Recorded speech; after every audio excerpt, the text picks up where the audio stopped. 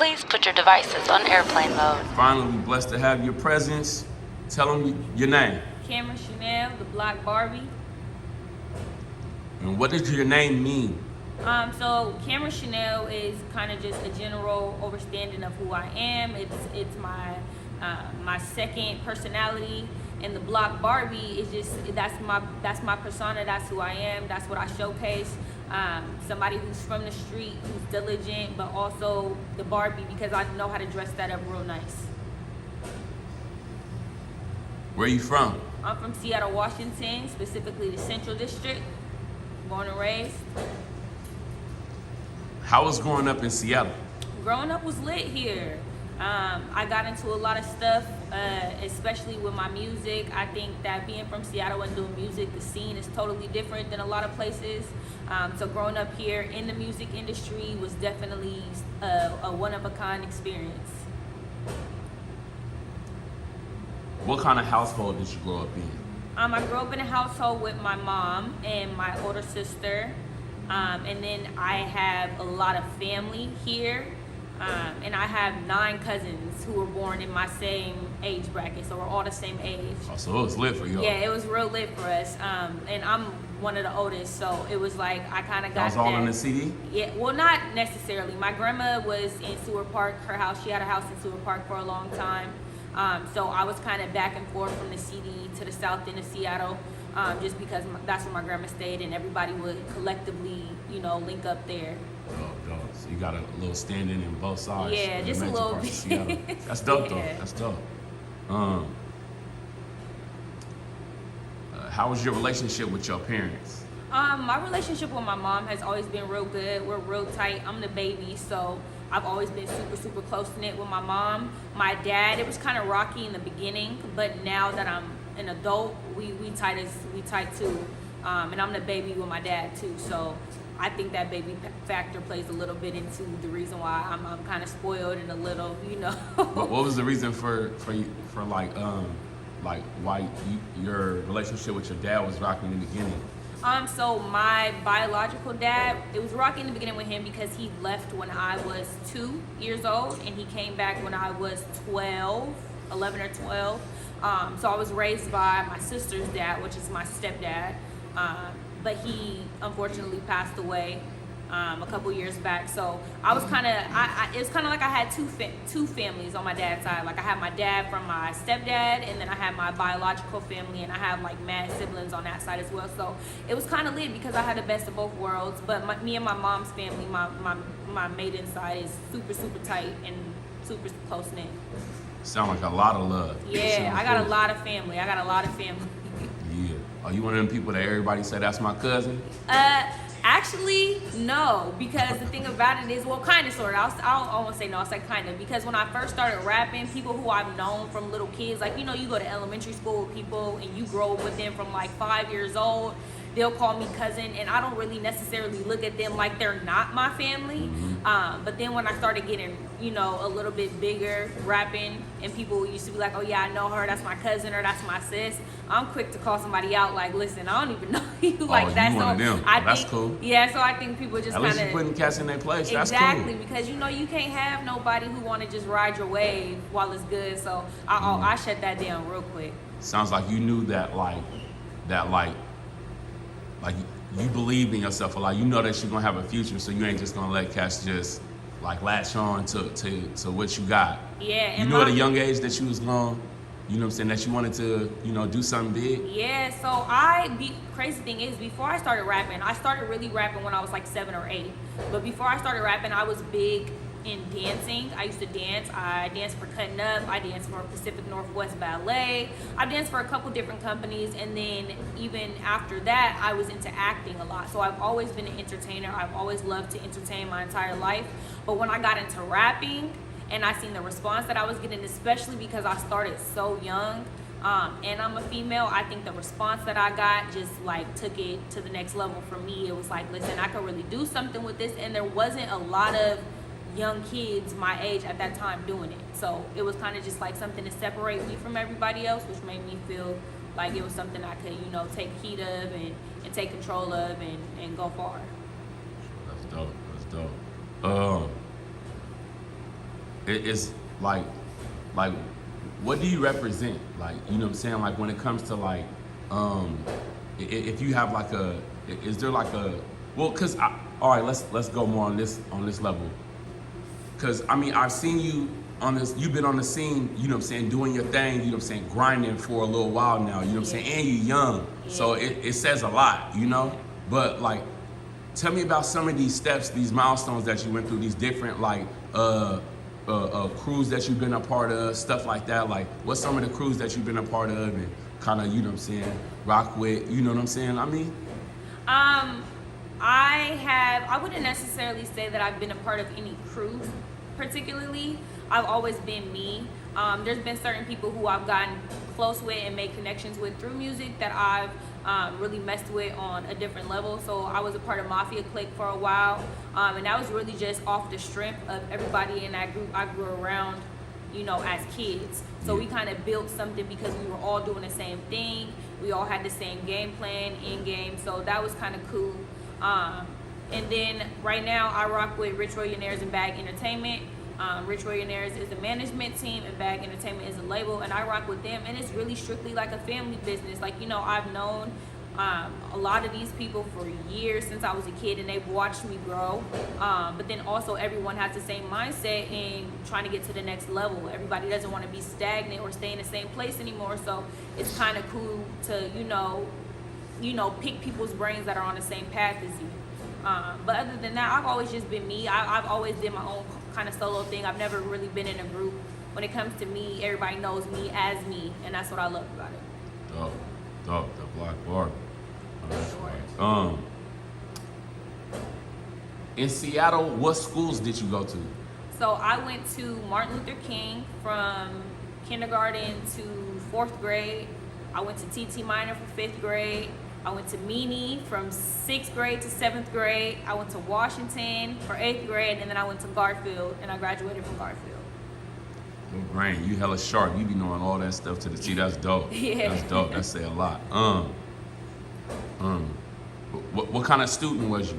Oh, I was an A+ student. I graduated with a 3.8 GPA. My mom don't play no games about that school. So I was on it. It was like, if you don't got your school together, you can't go to no studio, you can't go to no nothing. And I really wasn't like a kid who, you know, was kicking it all the time. I wasn't allowed to. My mom was super, I wouldn't say strict, but we were super religious. So it was literally like school, church, studio. That's about it. Like, I tried to sneak out to a CAY party once, and it was an epic fail. All the bros put me on a bike and took me back up to my mom's house, and they was like, nah, we ain't doing this. So yeah, I was a good student. Yeah, that's what's up. That's what's up. Hey, you kind of already answered this question. I had a question for you about like, what did you want to be before you decided, you know what I'm saying, music is what's for you. You said you were dancing? Yeah, I was dancing or was there, and is there acting. anything else? Not like really. career-wise or anything? Not really. I always knew that I wanted to be an entertainer. It was never like I wanted to be a teacher or a doctor or anything like that. Right now, I'm in medical school, so I'm trying to get that degree just to have a, you know, something to fall back on. But I never really, as a child, I didn't have any of those dreams because I didn't see it for myself. Like, even now, like, I hate working a 9 to 5. Like, it's just not for me. I'm one of those people that I like to be in front of people. I like to talk. I like to entertain, and that's just always been my persona, even as a kid. So it was that was it for me. Yeah, I know that's right. It's dope. Same kind of for me. Like, that's why I kind of started barbering, you know. 'Cause Yeah. I just like seeing and talking to different people and just the interaction with people. So I'm the same way with you on that. How long have you been making music?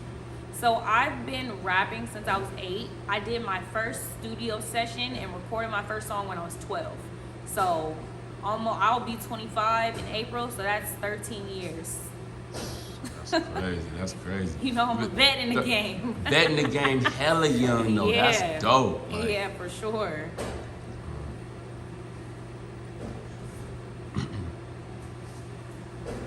What's some of your rap goals? My rap goals. Let's be honest, like, I feel like everybody, well, I wouldn't say everybody, but I know for me, like, you know, getting that big Grammy is definitely one of the goals, but really, I'm in a mindset now that I'm older, like, I'd rather be rich than famous. You know, so I of course I want people to know who I am and know my music. But I also just really want to be rich. And when I say rich, I'm not even talking just money. I'm talking mentality. I'm talking, you know, everything that goes on in my life, with my health, with my, you know, with my everything. I just want to be rich in everything, in all aspects of life. And so I think with that, with you being rich in every other aspect, the money follows. So that's my goal right now. But when it comes to like, you know, closed-ended dreams, of course I want to get that verified check on Instagram. So make sure y'all go follow me at the Camryn Chanel on Instagram. You know, and I want to be big. I want to be one of those people that you don't even got to hear me talk on a verse. You hear the beat and know it's me, you know, or you hear my little Lil Wayne lighter flicker or whatever I choose, you know, you gonna know it's me. So I definitely want that. Okay, good. So people like, okay, so people can be a little confused sometimes, right? So I just kind of want to kill this kind of confusion, right? People can get kind of confused with you sometimes, and they think that your rap name is Cammy Too Cold. Like, where'd you get that nickname? And just kind of clarify that for people. Like, what's the difference in between the Cammy Too Cold and just Camryn Chanel? So Camryn Chanel is my brand. That's what is on all my documents, all my paperwork. If I go and, you know, do a podcast or I drop music and I distribute it, that's my name. That's your artist name. That's my artist name. That's how you're gonna find all my music. Cammy Too Cold just kind of started because on all my tracks, when I first changed my name to Camryn Chanel, I used to be like, Cammy Too Cold, tapped in like a motherfucker. So that is kind of just something that sticks in people's head because I said it on every track when I first started rapping by Camryn Chanel. So it's kind of like how Gucci has his, you know, Guwop, or Wayne has his Wheezy.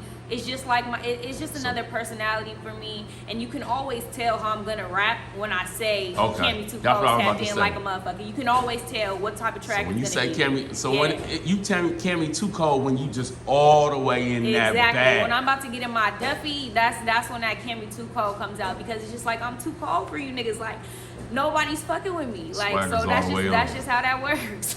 That's dope. All right. That's clear for all y'all that don't know, that think it's Cammy Too Cold on everything. Look up Camryn Chanel. Yes, and also it's because like people will mess up my name. They'll say Camry, or you know, whatever they say, but it don't be Camryn, you know. And so I just feel like saying Cammy makes it a little bit easier for people to understand that it's Camryn, you know. Yeah. So who are you signed to? So right now I am rocking with Rich Millionaire Management Group and Bag Records. All the information is in my bio. If y'all want to tap in with me, book me for a show, book me for a verse, all the information is in my bio. Make sure y'all go tap in. We got something coming soon, and we about to kick this door down, and it's about to be to the top, man. We about to go crazy. Okay. How'd you link with Rich Millionaire? So my manager Rel, we real tight, and it's crazy because he's been talking to me about it for a while, and I just thought he was just, you know, talking, because a lot of people in this city, they get they, you know, whatever, and they want to get somewhere, but they you know, kind of pity patty around it. He called me up one day. He was like, "Sis, what's up? Like, you ready to do this?" And I'm like, "Yeah." So ever since then, it's just been locked in, because I know when he says that he's serious about something, he's really serious, and he's really trying to get to, you know, the next level. So automatically off the rip, without no question, I was just like, let's get it. We got in the studio, we started making magic. We got some heavy hitters on a team too. So we just been in there making magic and getting shit done, and that's just how that all came together. Dope.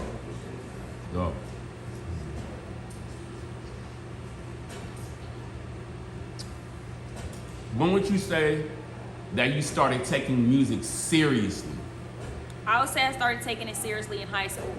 I was working with somebody named T Cal. Shout out to T. I was working with him. And I dropped my first single called So Official. When I dropped that, I was a freshman. When I dropped that, it was crazy. Like, it was bananas, and I didn't expect it to have the impact that it had.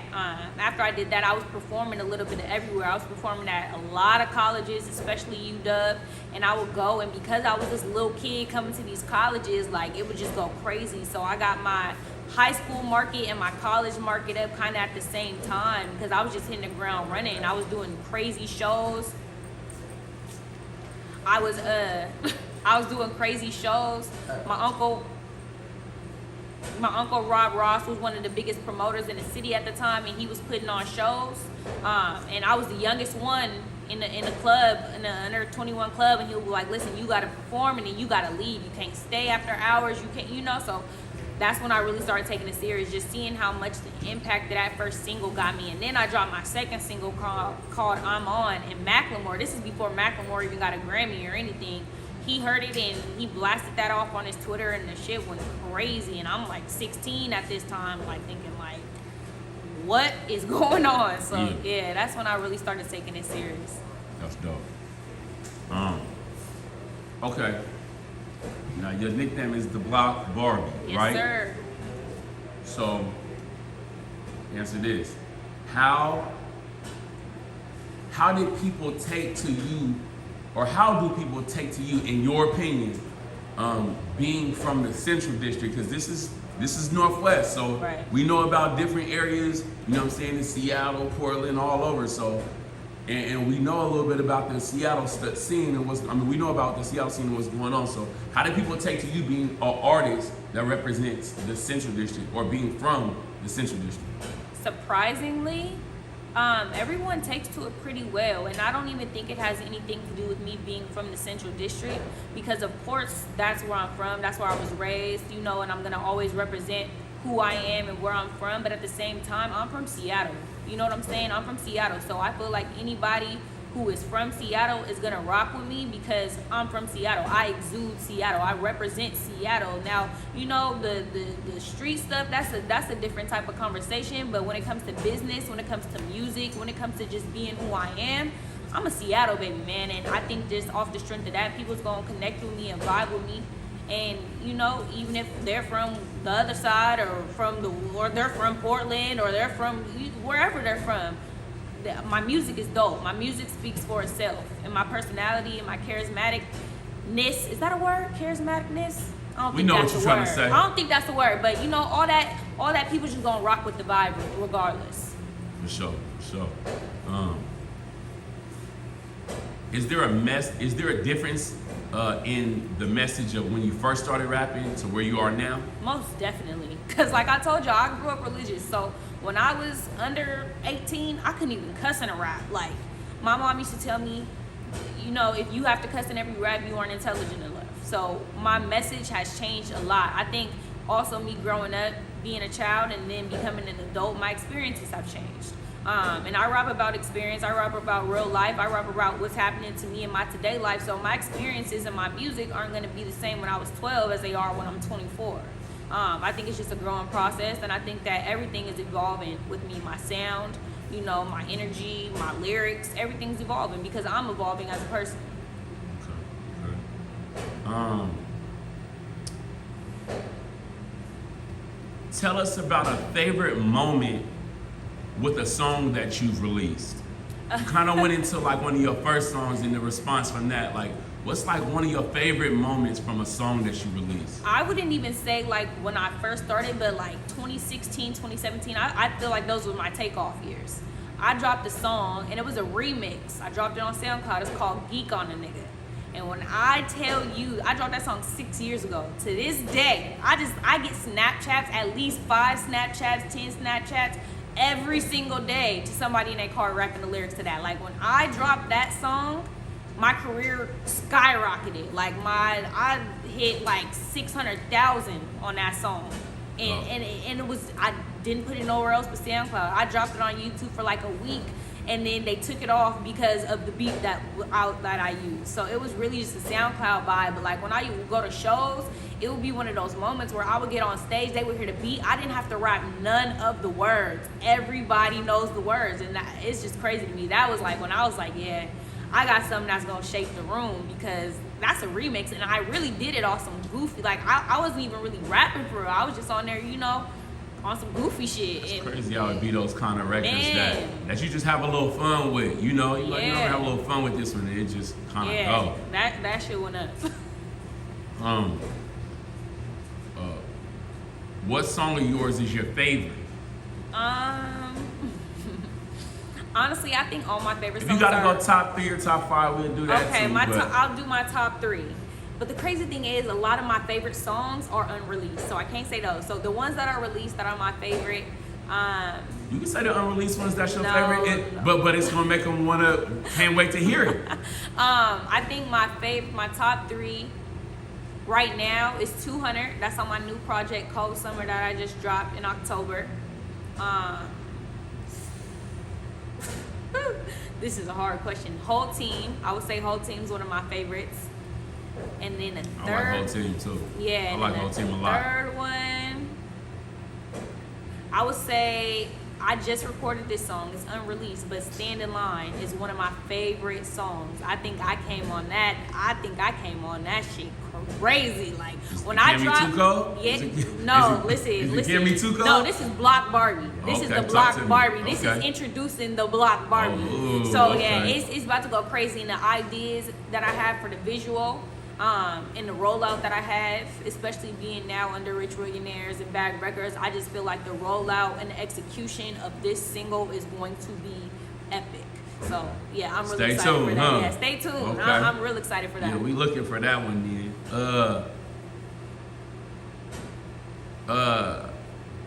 Which song did you not expect to get a big response that did?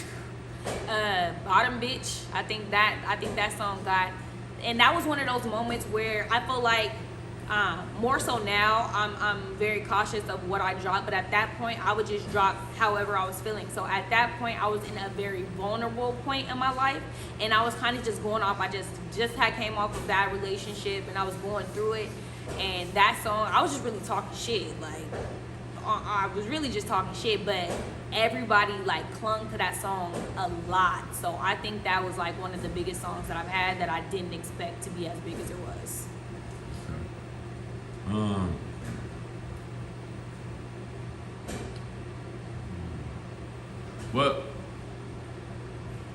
What would you say was what's your favorite feature that you've done? Favorite feature? That's the crazy thing. I don't even do a lot of features. I think my favorite feature that I have, and it's not released, but it's called Play About It. It's with Laza and Freshie from Tacoma. And it's not released yet because Laza just got into her little situation with Warner, and I didn't, had the name changed and everything, and she didn't like her verse on it anymore. But I think that feature's hard. And then other than that, I would think one of my other favorite features is If I Wanted That, and that's with Mafi D. That's from his first project, and that song blew up too. But that's one of my favorite features too. Yeah. Well, you gave us something to wait on and hope on. Oh wait, and something to go get. And Forever with Young Dolce. That's one of my favorite features as well. That's just hard. Okay. So, what do you think the state of Seattle's hip hop scene is? So right now, I think we're about to go crazy. Like I know me and my team, we got hitters. We kicking the door down. We at the door right now knocking. We just waiting for somebody to open it up. And even if they don't, we going through the window with it. I feel like collectively as a whole, I feel like Seattle is just onto something, and it's just gonna take that one key player to shoot that jumper at the buzzer, and everybody is gonna be like it's gonna be a water field. Like everybody's gonna be able to get in where they fit in because there's so much talent here that people don't know about. But right now we making that noise, so it's definitely something that's about to happen real soon for us. I believe that. And I hope it happens because I'm still rapping too. But I look at artists like you, and I think that like there's a handful of artists that I know that got the package, right? And you're one of those artists. So like when I ask that question, like that to me, like Like I asked it knowing that, like, you know what, like this is gonna be a part of the interview we're gonna look back on, and we're gonna be like, this was somebody that always believed because they knew that they had the talent. Yeah, for sure. And the thing about it is, of course I have, you know, the confidence in myself, but just as a city as a whole, I feel like Seattle is one of we the next to blow. Like there's no way it could be anything different. Like we got the situation going on right here, and we getting that equation together to make the move. So just as a collective, I feel like it's time. It's way overdue. Okay, so we're talking about Seattle, right? Mm-hmm. But so this is catered to the whole Northwest, this podcast, right? So it's just based out of Seattle. But I would say, like, what's your mentality towards connecting with other artists throughout the Northwest, Eastern Washington, Portland, Oregon, Vancouver, Canada, Alaska? Like how open are you to doing music with those type of artists, with other artists in other places? I'm open to work with any and everybody. I'm willing to do that because I feel like in those places where I'm from Seattle. Everybody in Seattle knows who I am. So it's easy to tackle that, but I like challenges. So I feel like once you go outside of your city lines and you go to a place that's unrecognizable to you, then that's where you can really see how your shit hit. And I feel like working with the artists from Portland or Vancouver or wherever, even Cali, like that's gonna give me more of a grasp on what they want to hear, how their sound is. You know, what would they want to see from me, and how I can cater to their market as well as mine. And I feel like even though we are the Northwest as a collective, I feel like each of these cities are so different. You know, so just, you know, getting in with those people that, you know, there's probably a Camryn Chanel to them out in Portland, like networking with those people and getting their sound and getting, you know, picking their brain about what their city likes is always just a plus to have. It's always an asset. And I've been tapping in with my Portland people. Shout out to my Portland folks. I've been tapping in with them. So yeah, we about to have that coming real soon as well.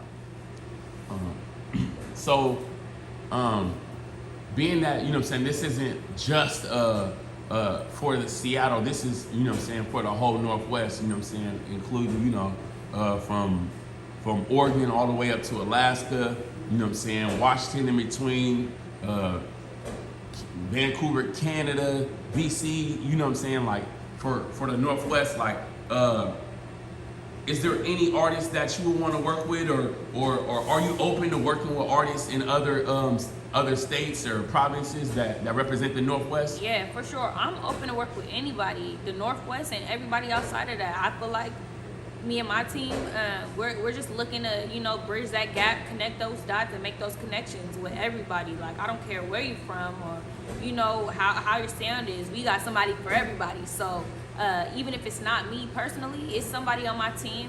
We looking to work with everybody. I feel like as a Northwest, like, collectively, we got some bubbling here that people don't know about. It's kind of unspoken, and we trying to break that door down and get these vibes going to make sure everybody eats. So yeah, I'm most definitely down to work. For sure. I can't wait to hear you on a record with somebody from Vancouver, BC, or Victoria, or I just know that there's some heat down there in Portland. Somebody you're gonna connect with that's just gonna be. It's just gonna be an epic win for the Northwest.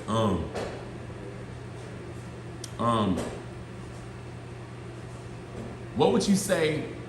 A little deeper of a question. What would you say has been one of the biggest changes in your life since you've been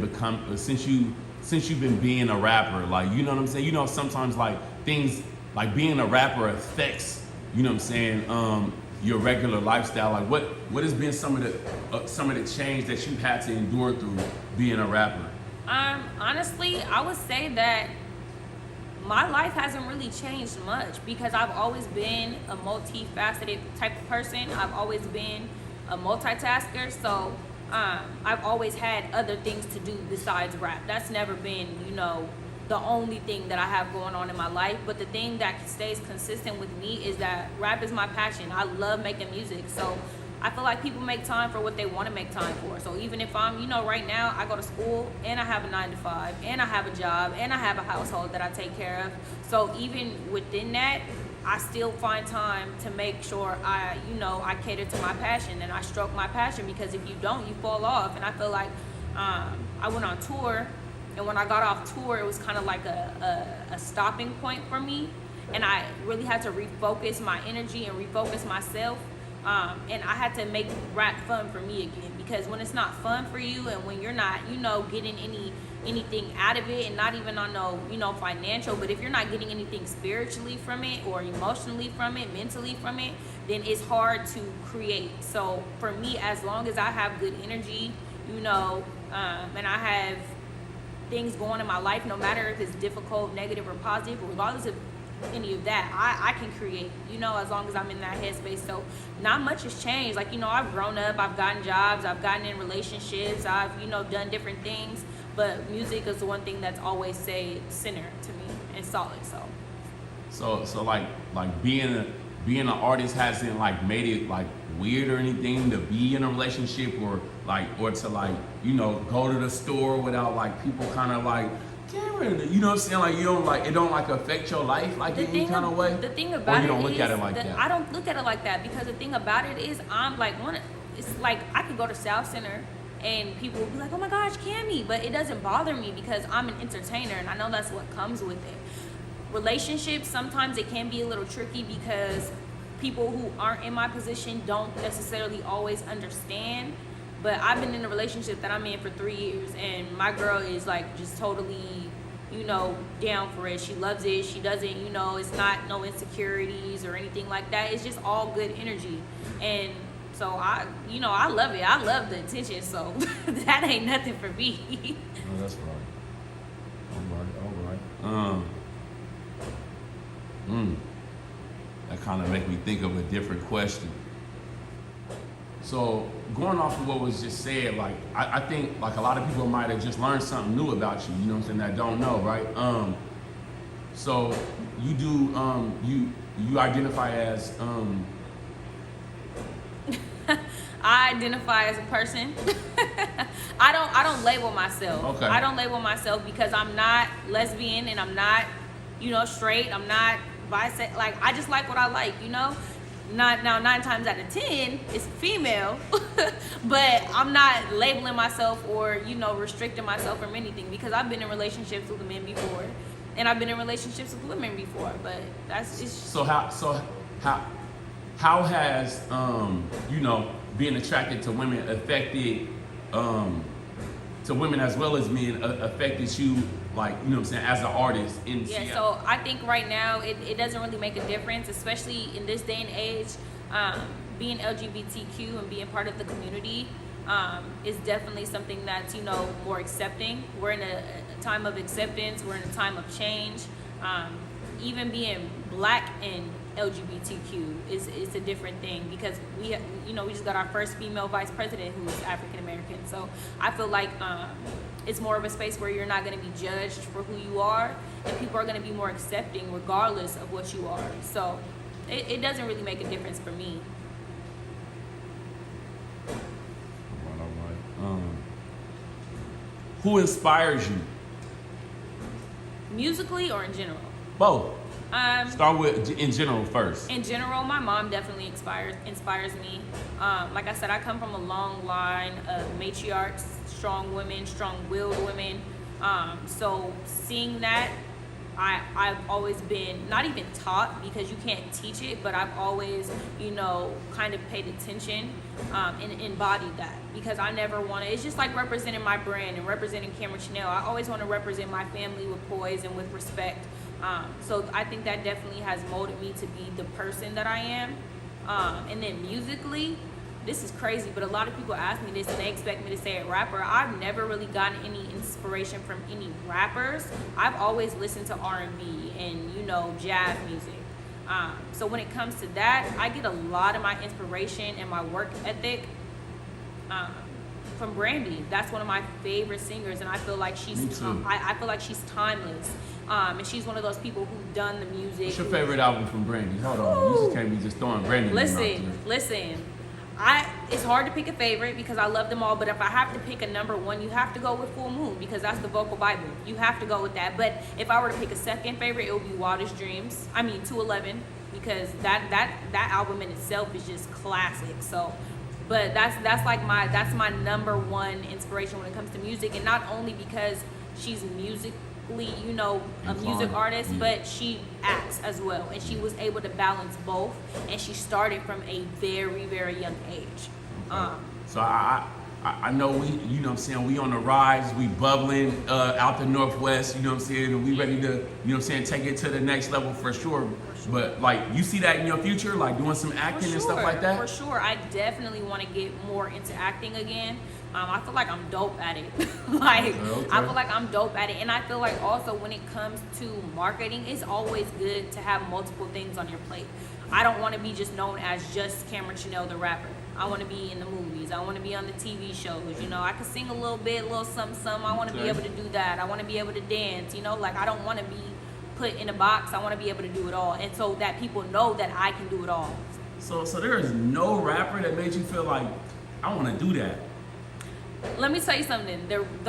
I wouldn't say that they made me feel like I want to rap, but one of the biggest like memorable moments to me was female rap, and this goes back to Brandy when she had the "I Wanna Be Down" remix with MC Lyte, Queen Latifah, Yo-Yo. Like that moment right there was it for me. That was just like, listen, these like they are killing it. And then crazy thing is, I ended up meeting MC Lyte when I was younger, and this is when they used to have the EMP jumping. I went to a workshop of hers when she was out here, and I rapped for her, and she was like blown away. So that, like seeing that moment, that's crazy. Yeah, seeing that moment, and then actually meeting her and getting that acknowledgement, it was dope for me.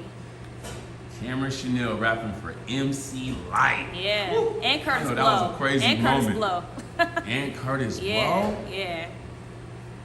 Yeah, them is pioneers. Yeah, for sure. They gonna remember you for sure. For sure. Okay, this is my last question. Seeing that you've been an artist, you know what I'm saying, you started writing and making music when you was 8 years old, you know what I'm saying, you started taking it seriously in high school, and you still been going to this day, like, you got a lot of different periods in making music on the local scene, right? On your come up, like, what type of advice could you give to like an up and coming artist or somebody that want to be an artist, got the skill but just haven't just put their, you know what I'm saying, just invested in it? Like, what kind of like advice would you give to somebody? I would give someone, stay resilient. You know, it's not gonna happen overnight. It's not gonna be a 10-day process. And you just have to stay focused. I feel like writing and learning how to structure a song is very, very important. I feel like the more you write, the more your mind expands, because you can't talk about the same things in every song. So it's gonna force you to, educate yourself on different topics and talk about different things and get yourself out there a little bit more than you are. It's gonna force you to come out your comfort zone a little bit. So I definitely feel like my words of encouragement are just, if this is something that you really want to do with anything, you try and you try and you try again, because it does not happen overnight. Like, I used to, when I was younger, I used to be like, listen, like, why haven't I, popped off yet? Or why haven't I gotten to this place yet? But I got some game, and it was just like, for every game, there's different levels. And when you finish one level, you start back at the bottom to get to the top of that level, and then you start back at the bottom again. So there's gonna be ups and downs. You're gonna have your pivotal moments, and then you're gonna have your moments that aren't so, exciting. But if this is really what you want to do, as long as you stay focused and stay encouraged, it'll work. Hard work pays off, man. Regardless, it pays off, and you just gotta stay focused. Like, that's one thing that I had to teach myself and learn, is that I can't rush it. Because the more you try to rush it and the more you wait on it to come, it's just like watching paint dry. The more you watch it and try to wait for it to come, the slower it's gonna come to you. So just keep going, work, keep writing, keep getting in the studio, get around different people who have different vibes than you, because they'll make my dude Scoop, man, he puts me on such a high level. Because his mind is just he always has good energy. He always has positivity feeding out. Like, even if I'm having a bad day, he'll send me a text and I'll be like, man, like now I gotta go right, because this dude just put me on like level 10 and I was on level 3 for the whole day. So it's just always good to have a good team around you, and good people, good energy, and just stay consistent, and you know, eventually some will pop. For sure. Anything else you want to say? A little lasting words to somebody or anybody or anything? Man, once again, shout out to my team. Shout out to my team, Bag Records, which we're in their management. Man, we going to the top. I'm doing features. Make sure y'all hit me. Hit my manager. He's in my DM. He's in my bio. Hit his DM and let him know. Man, yeah, we just taking off. Go get that Cold Summer that dropped October 31st. It's out on all platforms.